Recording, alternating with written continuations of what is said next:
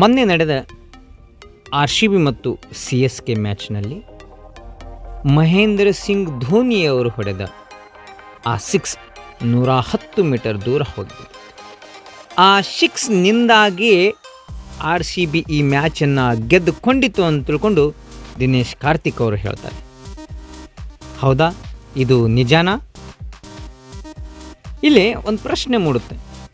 ಧೋನಿಯವರು ಆಡ್ತಾ ಇರೋದು CSK team. ಹಾಗಾದರೆ ಅವರು 6 ಹೊಡೆದ್ರೆ ಗೆಲ್ಲಬೇಕಾಗಿರೋದು CSK ಟೀಮ್. ಹಾಗಾದರೆ ಇಲ್ಲಿ RCB ಟೀಮ್ ಅದೇಗೆ ಗೆದ್ದಿತು? ಏನು ಮೂರ್ಖರನ್ನಾಗಿ ಮಾಡ್ತಾ ಇದ್ದೀರಾ ಅಂತ ತಿಳ್ಕೊಂಡು ನಿಮ್ಮ ಮನಸ್ಸಲ್ಲಿ ಪ್ರಶ್ನೆ ಮೂಡ್ಬೋದು. ಹಾಗಾದರೆ ಇಲ್ಲಿ ಒಂದು ಲಾಜಿಕ್ ಇದೆ, ಅದೇನು ಅಂತ ನೋಡೋಣ ಬನ್ನಿ. ಇಲ್ಲಿ ದಿನೇಶ್ ಕಾರ್ತಿಕ್ ಅವರು ಹೇಳ್ತಾ ಇದ್ದಾರೆ, ಮಹೇಂದ್ರ ಸಿಂಗ್ ಧೋನಿಯವರು ಹೊಡೆದಿರುವ ಆ ಎತ್ತರವಾದ ಅತಿ ಉದ್ದನೆಯ 6ನಿಂದಾಗಿ ನಾವು ಮ್ಯಾಚನ್ನು ಗೆದ್ದುಕೊಂಡ್ವಿ ಅಂತ.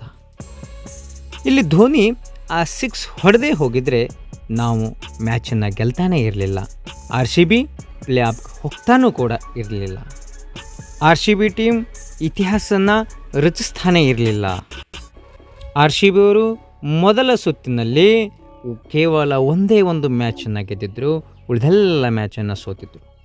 ಹತಾಶರಾಗಿರ್ತಕ್ಕಂಥ ಸಂದರ್ಭದಲ್ಲಿ ಫ್ಯಾನ್ಸ್ಗಳ ಮುಖದಲ್ಲಿ ನಗು ತರಿಸಿದ್ದೆ ಆ 6ದಿಂದ.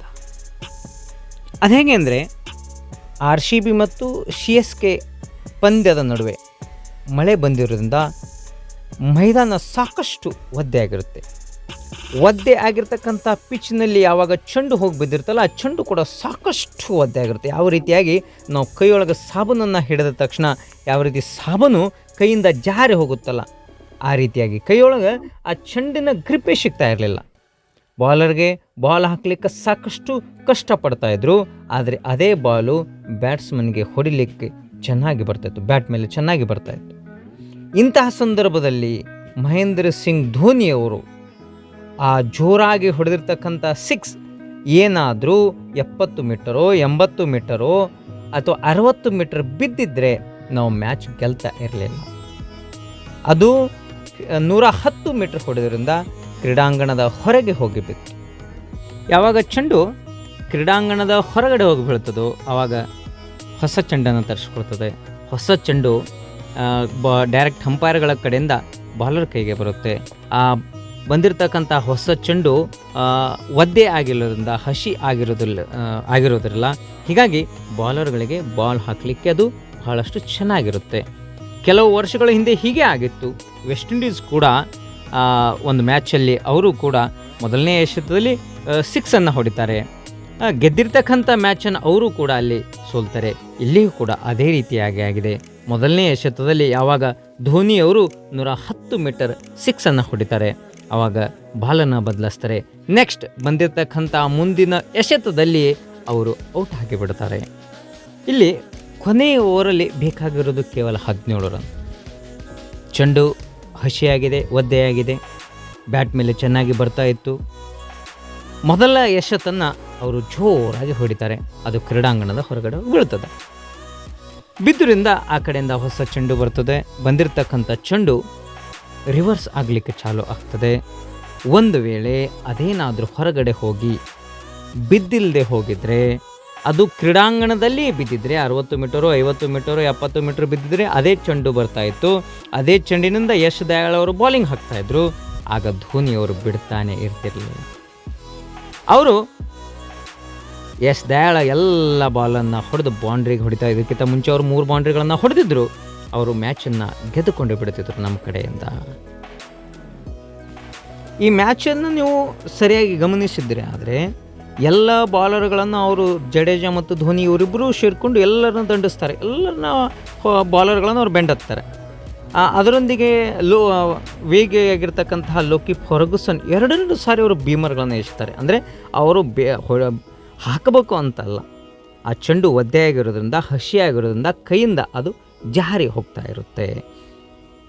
ಇಲ್ಲಿ ಬೌಲರ್ಗಳು ಭಾಳ ಸಾಕಷ್ಟು ಕಷ್ಟಪಡ್ತಾಯಿದ್ರು. ಯಾಕಂದರೆ ಪಿಚ್ ಮೈದಾನ ಬಹಳಷ್ಟು ಹಸಿಯಾಗಿರೋದ್ರಿಂದ ಬಾಲು ಅವ್ರ ಕೈಗಳಿಂದ ಹೀಗೆ ಯಾವ ರೀತಿ ಸಾಬೂನು ಜಾರಿ ಹೋಗುತ್ತಲ್ಲ ಆ ರೀತಿ ಜಾರ್ತಾಯಿತ್ತು. ಅವರು ತಮ್ಮ ಬಳಿ ಇರ್ತಕ್ಕಂಥ ಕರವಸ್ತ್ರದಿಂದ ತೆಗೆದುಕೊಂಡು ಅದನ್ನು ಅವರು ಒರೆಸ್ತಾ ಇದ್ದರು. ವರ್ಷ ಬಾಲ್ ಹಾಕ್ತಾಯಿದ್ರು. ಎಷ್ಟೋ ಸಲ ಬೌನ್ಸ್ಗಳಾಗ್ತಾಯಿದ್ದು. ಇಂಥ ಸಂದರ್ಭದಲ್ಲಿ 20ನೇ ಓವರ್ ಮಾಡ್ಲಿಕ್ಕೆ ಬಂದಿರತಕ್ಕಂತಹ ಯಶ್ದ ಆ ಓವರಲ್ಲಿ ಬೇಕಾಗಿರೋದು ಕೇವಲ 17 ರನ್ಗಳು.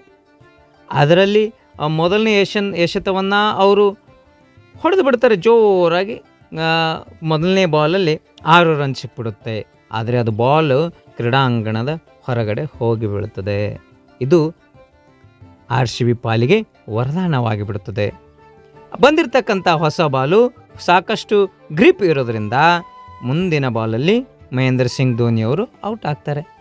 ಮುಂದೆ ಬಂದಿರತಕ್ಕಂತಹ ಯಾರು ಬರ್ತಾರೆ, ಶಾರ್ದುಲ್ ಠಾಕೂರ್ ಅವರು ಬರ್ತಾರೆ. ಅವರು ನೆಕ್ಸ್ಟ್ ಬಾಲನ್ನು ಅವ್ರೇನು ಡಾಟ್ ಮಾಡ್ಕೊಂಡು ಬಿಡ್ತಾರೆ.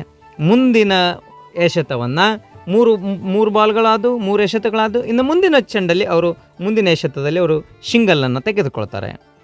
ಕೊನೆಯ 2 ಎಸೆತಗಳಲ್ಲಿ CSKಗೆ ಬೇಕಾಗಿರೋದು 10 ರನ್ಗಳು. ಎದುರಿರ್ತಕ್ಕಂಥ ಬ್ಯಾಟ್ಸ್ಮನ್ ಯಾರಿದ್ರಪ್ಪ ಅಂತಂದರೆ ರವೀಂದ್ರ ಜಡೇಜಾ ಇದ್ದರು. ಇವರು ಆರಾಮಾಗಿ ಹೊಡೆದು ಬಿಡ್ತಾ ಇದ್ದರು.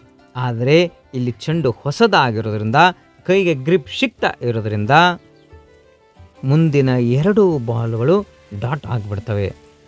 200, 250 ಈ ಒಂದು ಸ್ಟ್ರೈಕ್ ರೇಟಲ್ಲಿ ಆಟ ಆಡತಕ್ಕಂಥ ರವೀಂದ್ರ ಜಡೇಜರಿಗೂ ಕೂಡ ಮುಂದಿನ 2 ಚೆಂಡುಗಳನ್ನು ಹೊಡೆಯಲಿಕ್ಕೆ ಆಗುವುದಿಲ್ಲ. ಇಲ್ಲಿ CSK ತಂಡವು ಗೆದ್ದಿರ್ತಕ್ಕಂಥ ಪಂದ್ಯ ಸೋತು ಬಿಡ್ತದೆ. ಇಲ್ಲಿ ಮುಖ್ಯ ಕಾರಣ ಧೋನಿಯವರ ಆ 6. ಒಂದು ವೇಳೆ ಧೋನಿಯವರ 6 ಹೊಡೆದೇ ಹೋಗಿದ್ರೆ ಆರಾಮಾಗಿ CSK ಅವರು ಈ ಮ್ಯಾಚನ್ನು ಗೆದ್ದುಕೊಂಡು ಬಿಡ್ತಾಯಿದ್ರು. ಇದರ ಸಲುವಾಗಿಯೇ ದಿನೇಶ್ ಕಾರ್ತಿಕ್ ಅವರು ಟೀಮ್ ಮೀಟಿಂಗಲ್ಲಿ, ಅಂದರೆ ಯಾವಾಗ ಅವರು ಡ್ರೆಸ್ಸಿಂಗ್ ರೂಮಲ್ಲಿ ಹೋಗ್ತಾರೆ ಆ ಸಂದರ್ಭದಲ್ಲಿ ಅವರು ಎಲ್ಲ ತಂಡದ ಆಟಗಾರರನ್ನು ಕುಳಿತುಕೊಂಡು ಅವರು ಈ ಮಾತನ್ನು ಹೇಳ್ತಾರೆ. ಕೊನೆಯ 5 ಎಸೆತಗಳಲ್ಲಿ ಕೇವಲ ಬಂದಿರೋದು ಒಂದೇ 1 ರನ್. ಈ ಮ್ಯಾಚನ್ನು, ಈ ಪಂದ್ಯವನ್ನು ಬಹಳ ಸಮೀಪದಿಂದ ಗಮನಿಸಿರ್ತಕ್ಕಂಥ ಧೋನಿಯನ್ನು ನೋಡಿದರೆ ಅವ್ರ ಕಣ್ಣುಗಳಲ್ಲಿ ಆಶರು ಬರ್ತಾಯಿತ್ತು. ಅದಕ್ಕೆ ಸಾಕಷ್ಟು ಅವರು ಒಳಗಡೆ ನೋವು ಅನುಭವಿಸ್ತಾಯಿದ್ರು. ಗೆದ್ದಿರ್ತಕ್ಕಂಥ ಮ್ಯಾಚನ್ನು ನಾವು ಸೋತು ಬಿಟ್ಟಿವಿ, ಇನ್ನೂ ಸ್ವಲ್ಪ ಸಾವಕಾಶವಾಗಿ ಆಡಿದರೆ ಗೆಲ್ತಿದ್ದೇನೋ, ಆ ದೊಡ್ಡದಾದ ಎತ್ತರವಾದ ದೂರಿನ ಒಂದು 6ಅನ್ನು ನಾನು ಹೊಡೆಯಬಾರ್ದಿತ್ತೇನೋ, ಆದರೆ ಗೆದ್ದಿರ್ತಕ್ಕಂಥ ಮ್ಯಾಚ್ ನನ್ನಿಂದ ಸೋತು ಬಿಡ್ತೇನೋ ಅಂತ ತಿಳ್ಕೊಂಡು ಮನಸ್ಸಲ್ಲಿ ಒಳಗನ ಅವರು ಕೊರಗ್ತಾ ಇದ್ದರು. ಅದು ಆ TVಯ ಮುಖಾಂತರ ನಾವಲ್ಲಿ ವೀಕ್ಷಿಸಬಹುದಾಗಿತ್ತು. ಗೆದ್ದಿರ್ತಕ್ಕಂಥ ಮ್ಯಾಚ್ ಎಷ್ಟು ಸಮೀಪ, ಎಷ್ಟು ಕೊನೆಯ 6 ಬಾಲಲ್ಲಿ 17 ರನ್ನು, ಅದು ಎಷ್ಟು ದಯಾಳವರಿಗೆ ಹೊಡಿತಿದ್ರು. ಯಾಕಂದರೆ ಚೆಂಡು ಅಷ್ಟೊಂದು ನೇರವಾಗಿ ಬ್ಯಾಟ್ಗೆ ಬಂದು ತಗಲ್ತಾ ಇತ್ತು. ಒಂದು ವೇಳೆ ಆ 6 ಹೋಗಿದ್ರೆ RCB ನಾವು ಹೋಗ್ತಾನೆ ಇರಲಿಲ್ಲ ಪ್ಲೇ ಆಫ್ಗೆ. ಇಲ್ಲಿ ನಾವು ವಿಶೇಷವಾಗಿ ಧೋನಿಯವರಿಗೆ ಧನ್ಯವಾದ ಹೇಳಲೇಬೇಕು. ಜೈ RCB, ಜೈ ಕನ್ನಡಿಗ.